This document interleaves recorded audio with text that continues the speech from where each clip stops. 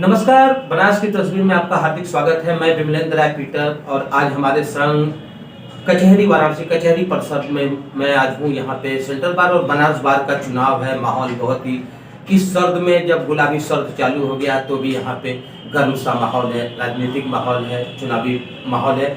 आज हमारे संग सेंट्रल बार के कनिष्ठ वरिष्ठ उपाध्यक्ष पद के प्रत्याशी योगेश उपाध्याय कनिष्ठ उपाध्यक्ष पद के प्रत्याशी योगेश उपाध्याय जी हैं और आज हम उनसे बात करेंगे कि आखिर उनका क्या टारगेट है, क्या लक्ष्य है, किस एम से वो सेंट्रल बार में उपाध्यक्ष पद के लिए आए हुए हैं, वकीलों के हित के लिए, अधिवक्ताओं के हित के लिए क्या काम करेंगे, परिषद के लिए क्या काम करेंगे। इन्हीं सब योजनाओं पे आज मैं बात करूंगा। योगेश जी, आपका बहुत बहुत स्वागत है बनास की तस्वीर में।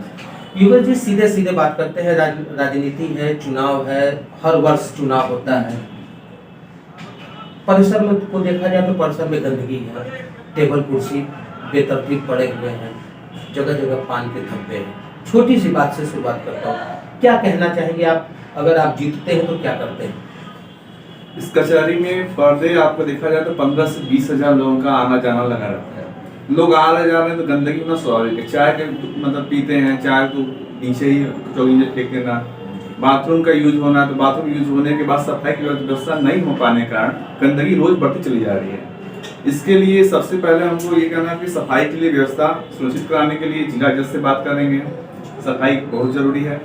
जिलाधिकारी से कलेक्टर परिसर देख लीजिए, कलेक्टर परिसर में रिकॉर्ड होंगे बाथरूम बने हुए हैं, 9 मंजिला बिल्डिंग में बाथरूम सब बने हुए हैं, लेकिन एक भी बाथरूम आप यूज नहीं कर सकते हैं। सब में गंदगी एकदम भरी हुई है, पान का हाथ थूका हुआ है।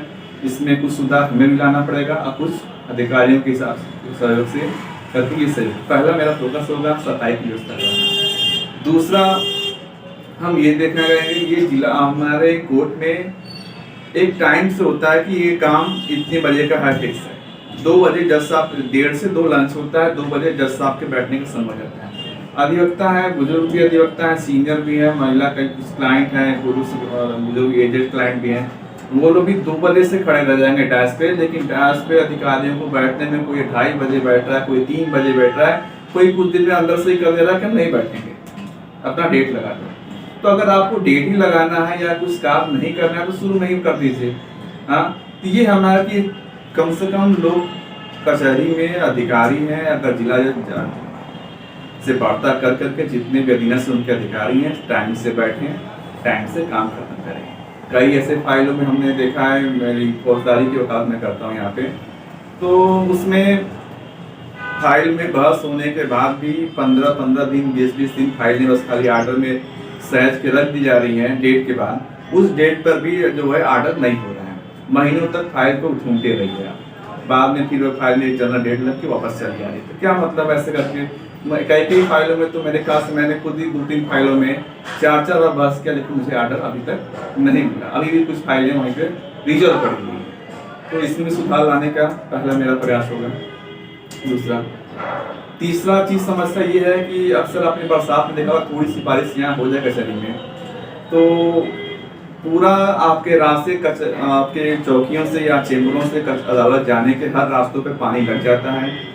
आप जूते भी पूरे खराब पानी में करके जाए, घुटने तक करके, कहीं कहीं तो मतलब कि समझिए कि 1-1 फीट पानी लगने का होता है, एक बित्ते के आसपास पानी ऊपर लग जाता है, पूरा जूता आपका डूब जाएगा। ये व्यवस्था अगर हर साल से चला रहा है, एक साल अगर कोई मन से इतने पैसे बजट भी कचहरी में आया, जिला जज के पास भी आया, जिला अधिकारी की तरफ भी आए, पैसे का यूज कर लें, अगर वो सफाई करा दें तो पानी निकल जाए तो कम से कम ये समस्या नहीं। दूसरी चीजें, चाहे गर्मी हो चाहे बरसात हो, ऊपर जिस अदालत से दूसरे अदालत जाने के जो रास्ते जुड़े हुए हैं उससे कम से कम एक टीन सेट का लगाने के लिए जिला जज से मैं वार्ता करना चाहूँगा और उन पे हम लोग का प्रतिनिधि हमारे साथ रहेंगे और भी लोग करके पहली मुलाकात उनसे पहले इसी बात पे की जाएगी, कम से कम टीन सेट कर दें ताकि धूप से भी बचें और बरसात से भी अधिवक्ता हमारे या वादकारी न्यायालय में जाने से उनको सुविधा हो। तो ये 3 चीज पहले मेरी फोकस रहेगी। और इसके बाद सबसे बड़ी जो दिक्कतें जो आ रही है, अधिवक्ताओं के खिलाफ जो भी षड्यंत्र लोग रच दे रहे हैं या फर्जी मुकदमों में फंसाना या दबाव देना, ये तो कम से कम अधिवक्ताओं की गरिमा के लिए मेरा प्रयास होगा कि उनके लिए भी कुछ किया जाए। कचहरी परिसर में लाइब्रेरी है, सुनने में आता है, बहुत बृहद स्तर पे नहीं है या फिर बृहद स्तर पे नहीं है। आने वाले वकील जो नए वकील है जो शिक्षा ग्रहण करके कानून की पढ़ाई करके आते हैं, लेकिन उनको एक प्रैक्टिस की जानकारी जरूरत पड़ती है, लेकिन वो बुक के अभाव में कर नहीं पा रहे हैं। क्या कहना चाहेंगे इस पर? कचहरी में लाइब्रेरी दोनों में है, बनास बार में भी, सेंट्रल बार में, यहाँ 2 बार हैं, दोनों बार की अपनी लाइब्रेरी है। बड़ी लाइब्रेरी है, लेकिन उसमें किताबों का उतनी संख्या, वही मात्रा में किताबें जिस हिसाब से होनी चाहिए और जहाँ तक पॉलिसी चाहिए वो भी कुछ कमी है। क्या कमी आ रहा है? बजट का कमी आ रहा है या प्रबंधन की कमी आ रही है? बजट की कमी कहा जा सकता है, क्योंकि अभी यहाँ पे चलाने के लिए अधिवक्ताओं के लिए बाहर से कोई, सरकार से कोई मदद उस टाइप की मिल नहीं रही है, जिस वजह से अधिवक्ताओं के सामने पड़ रहे हैं। नए जूनियर जो आ रहे हैं वो इतने कम में, उनको कुछ स्टाइपेंड की व्यवस्था सरकार से मांगी गई थी, वो भी सरकार ने अभी तक नहीं मांगी। कम से कम ये हो। नहीं दूसरा को सरकार की ओर से चाहे एक लाइब्रेरी बढ़िया कचहरी में, बनास कचहरी में इतने अधिवक्ता हैं, इतने ज़्यादा पढ़ने वाले लड़के भी। आपकी क्या योजना होगी लाइब्रेरी को डेवलप कराने में? लाइब्रेरी में मेरी ये योजना होगी कि ज़्यादा से ज़्यादा किताबें वहाँ पे आएँ, लोगों तक किताबें पहुँचे, अधिवक्ताओं तक। हाँ, इसके बाद उसमें ऑनलाइन माध्यम से भी सब में भी चीज़ें हो, अधिक से अधिक ई बुक्स के भी वहाँ पे किए जाए।